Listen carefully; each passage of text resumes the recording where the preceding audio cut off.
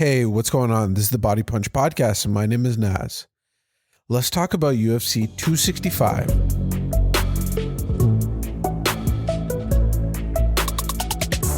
UFC 265 in Houston, Texas.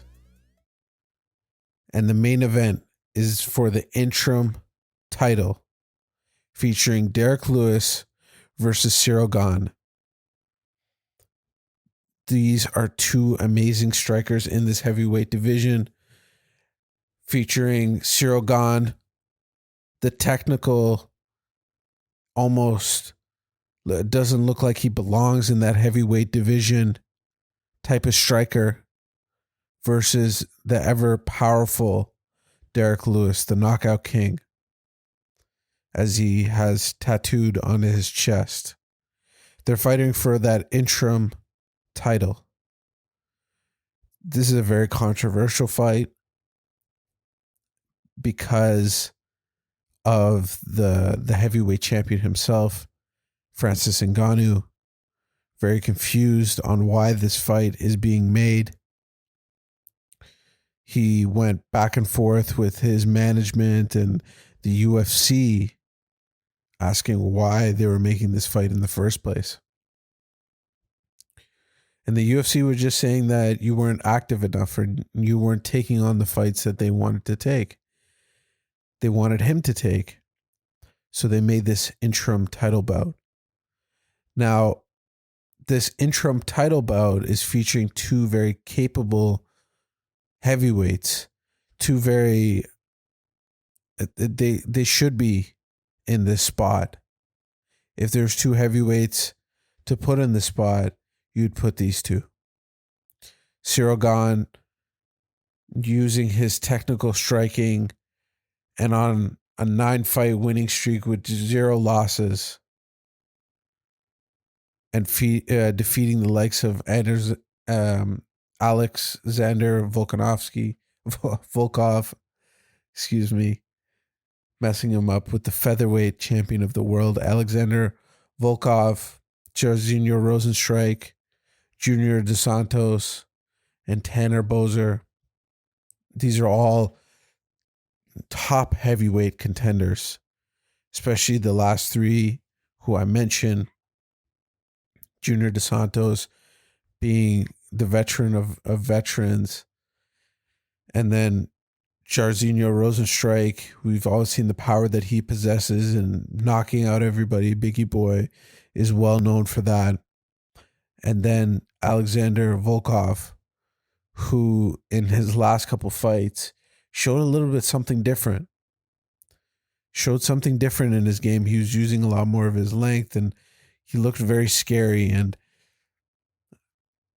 Ciryl Gane was able to go in there and get a unanimous decision win against him. But then you look at Derrick Lewis's career: 20 wins, 4 losses. 25 wins, 7 losses. 20 of those wins were by knockout. So that's why you kind of tip your hat to him and say that, yeah, you can write knockout king on your chest. His last couple of fights being against Curtis Blades being one of the top wrestlers in that heavyweight division, then defeating Oleinik, and then your Latifi, and the list goes on. But he's been fighting the best of the best for a little while now. You can even see that Daniel Cormier was in, and he lost that fight due to a rear naked choke. But it still shows you the type of competition that he was going up against. And now he's hit a stride. He's kind of cruising speed now with these knockout wins. The last 2 fights that he was in, he got TKO punches against Oleinik, and then Curtis Blades he knocked out viciously. And that's what ultimately got him this interim title bout. That's what pushed him back into the limelight, even though Derrick Lewis is one of the most famous people in that heavyweight division. But that knockout win against Curtis Blades really put him on the map and got a lot of people pushing for him to fight for the belt. And because Francis Ngannou wasn't available, this is what they did. So Derrick Lewis has already fought Francis Ngannou. He won that one by decision. Ultimately, that contest was a little lackluster compared to what we thought the fight was going to be. It was just, it looked like no one wanted to pull the trigger in that fight. It looked like Francis Ngannou knew the capabilities of Derrick Lewis, and Derrick Lewis knew the capabilities of Francis Ngannou. That fight was hyped up so much, and it was just crazy because you go into those kind of fights, and it always seems like this happens, but the ones that get hyped up like this, those are the ones that sometimes don't deliver. And that's what we saw with Francis Ngannou and Derrick Lewis. Nobody would have thought that this would have happened. If you could bet all of your money on one fight that would deliver a knockout, a crazy knockout, it would have been this. But we have short memories, and we forget about the fact that both of these guys know who the other person is and how much power they possess and who they've knocked out in the past. Francis Ngannou at the time, and even now, was just knocking everybody out. And then he fought against Derrick Lewis, who went in there. And in this fight, I think they threw the least amount of punches in heavyweight history. Or there were some records broke, but it wasn't in favor of any of these two fighters. These are not records that they wanted to be on. But I think that this fight between Derrick Lewis and Ciryl Gane is going to either go the distance with Ciryl Gane really showing his technical prowess, and Derrick Lewis just coming at him. Now, the reason why I don't put all my chips in Ciryl Gane's corner for winning it by decision or by the end of the last round is because we all know the power that Derrick Lewis possesses, especially in the later rounds. Sometimes he's able to just get that bullseye, get that strike, and just knock people out in the last couple seconds. That's what we saw at UFC 229 against Volkov. That was a spectacular win, and it was just, he pulled a rabbit out of the hat in that fight. So we know that Derrick Lewis is able to reserve some of his energy and bring it out in the later rounds. So look out for Derrick Lewis throwing some bombs in the first couple of rounds, especially in the first couple minutes. But know that even if he looks tired and even if he looks out of it, Derrick Lewis can still come back and throw a bomb. Now, Ciryl Gane, like I mentioned at the beginning of this podcast, he moves like a panther. He moves like someone that's not supposed to be at this heavyweight division. He is a more conventional striker compared to other heavyweights in this division. He's not a conventional heavyweight striker, but he's a conventional striker when you look at the smaller weight classes. Ciryl Gane throws a lot more leg kicks, a lot more. He's very active. He uses that kickboxing background that he has and really shows all dimensions of striking when he fights. Usually heavyweight fighters, who you see it all the time, rely, exclusively on their wrestling and boxing. And then you got some outliers that use their jiu-jitsu, and we don't see strikers like Ciryl Gane, especially the athletic body type that he possesses, the type of output that he's able to generate is spectacular. With that kind of muscle and that kind of body that he has and the output that he possesses, it's great to see. And that's why a lot of people, even though he's only had 9 fights in the UFC, these are all, there are 9 fights in the UFC. These are all, this is all the reasons why people are so high on on Ciryl Gane. And now looking at his record, 3 of those fights were actually in another organization, but the rest were in the UFC. And it shows you, even with these couple of fights in the UFC, in the toughest organization, people are still willing to believe that, and there's a lot of reason why you have to believe this, is that Ciryl Gane could be your new heavyweight champion. We'll have to see, because Derrick Lewis is one of those tests, and Derrick Lewis is always at the top of that heavyweight division. And this is an amazing test for Ciryl Gane. This is a great test for Derrick Lewis, but Derrick Lewis is established in this heavyweight division. Don't forget that. So this is going to be a spectacular fight. Let's take a look at some of the other fights on this card. The co-main event being José Aldo coming back to fight Pedro Munhoz. That's going to be a spectacular fight.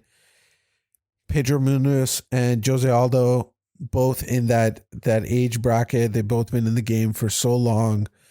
And José Aldo is just here to cement his name in that bantamweight division. He already lost to Petr Yan once.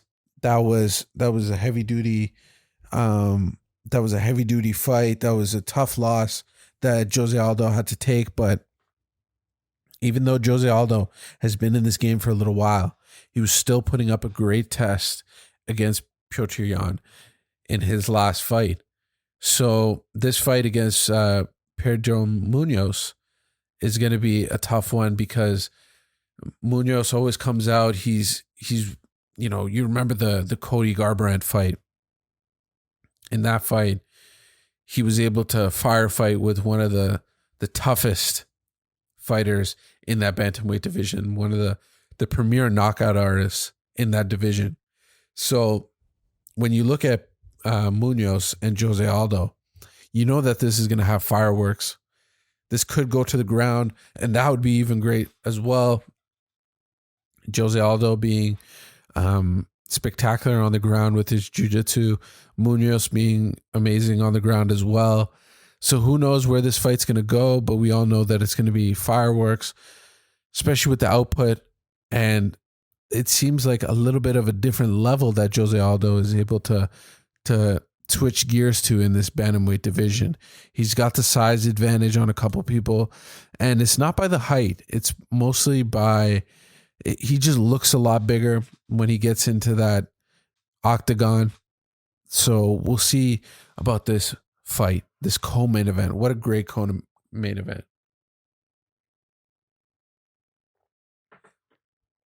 So the next fight in the main event is Michael Chiesa versus Vicente Luque. Vicente Luque, his last fight being against, I believe, Tyron Woodley. And in that fight, he submitted Tyron Woodley out on March 27th, 2021. And that was one of the ways that Tyron Woodley got kicked out of the UFC. He now is fighting, obviously, Jake Paul and doing his thing over there. But Vicente Luque was one of the reasons why the ex-UFC champion, the 170-pound champion, left the UFC. Now, I believe Tyron Woodley had a little bit more to give in his UFC career. At the beginning of his fight against Luque, he really put Luque up against the cage. He put it on him. He hit him with some output that we haven't seen from Tyron Woodley in a very long time. But Luque was able to weather that storm that we haven't seen from Tyron Woodley before and get the submission on Tyron Woodley, the ex-UFC 170-pound champion. That was a big win for Luque and put him on the map again. There's a couple fighters that I'm going to mention like that, but Vicente Luque with his last fight got really, he got his name elevated. And then now he's fighting Michael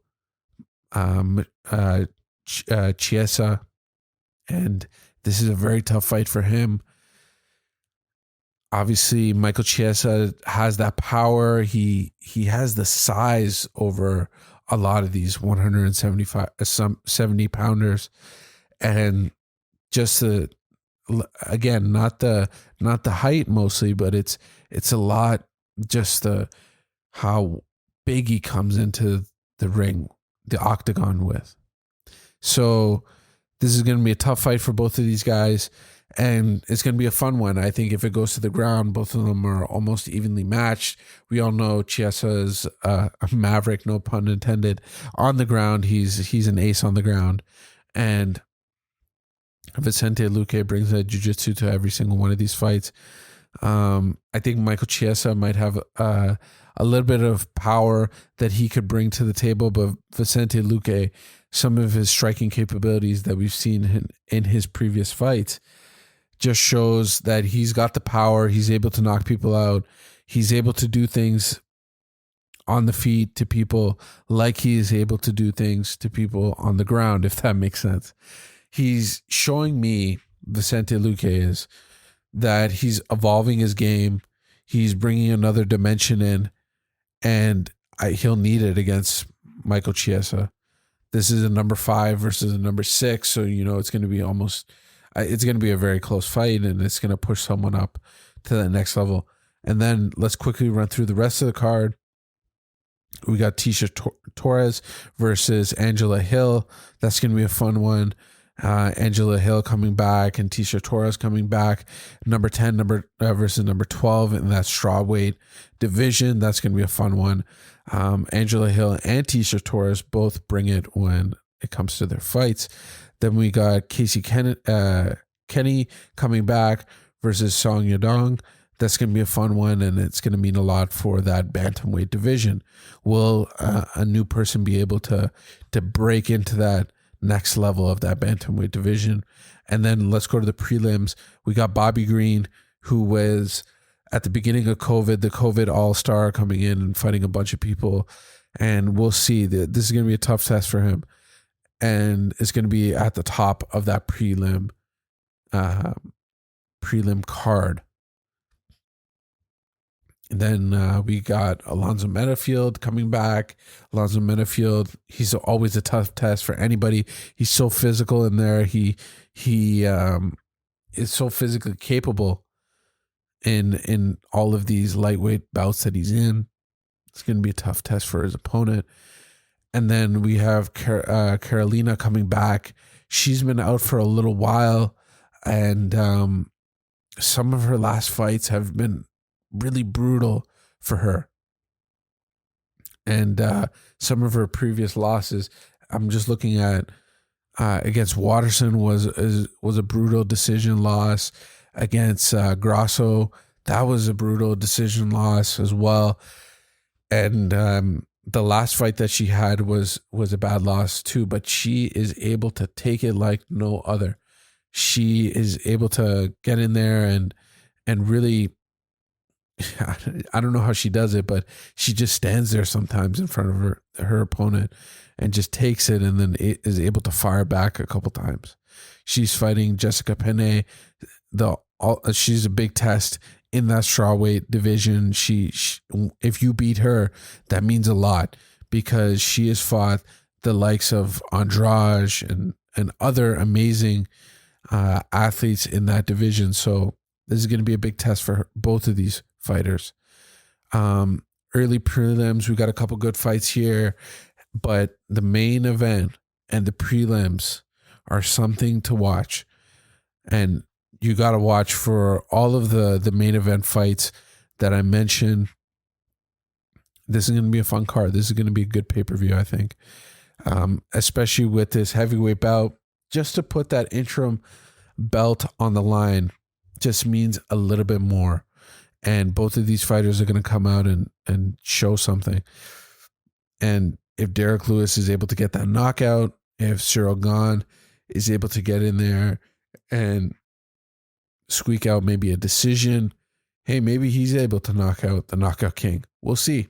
And maybe even Derrick Lewis could go all of the rounds and win a decision against Ciryl Gane. But we'll see. It's going to be a tough test. It means a lot for this heavyweight division.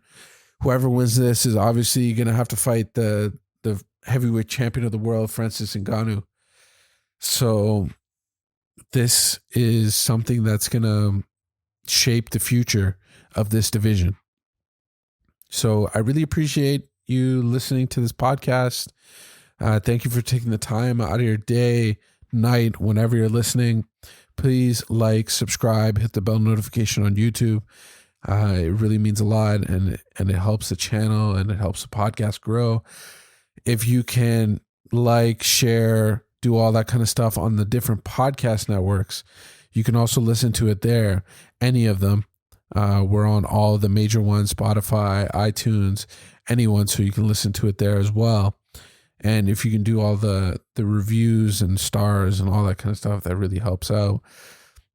Shoot me an email if you want. It's hello@thebodypunch.com. We can chat there, leave a comment below, leave a review. Let's just chat about UFC 265 or whatever you want.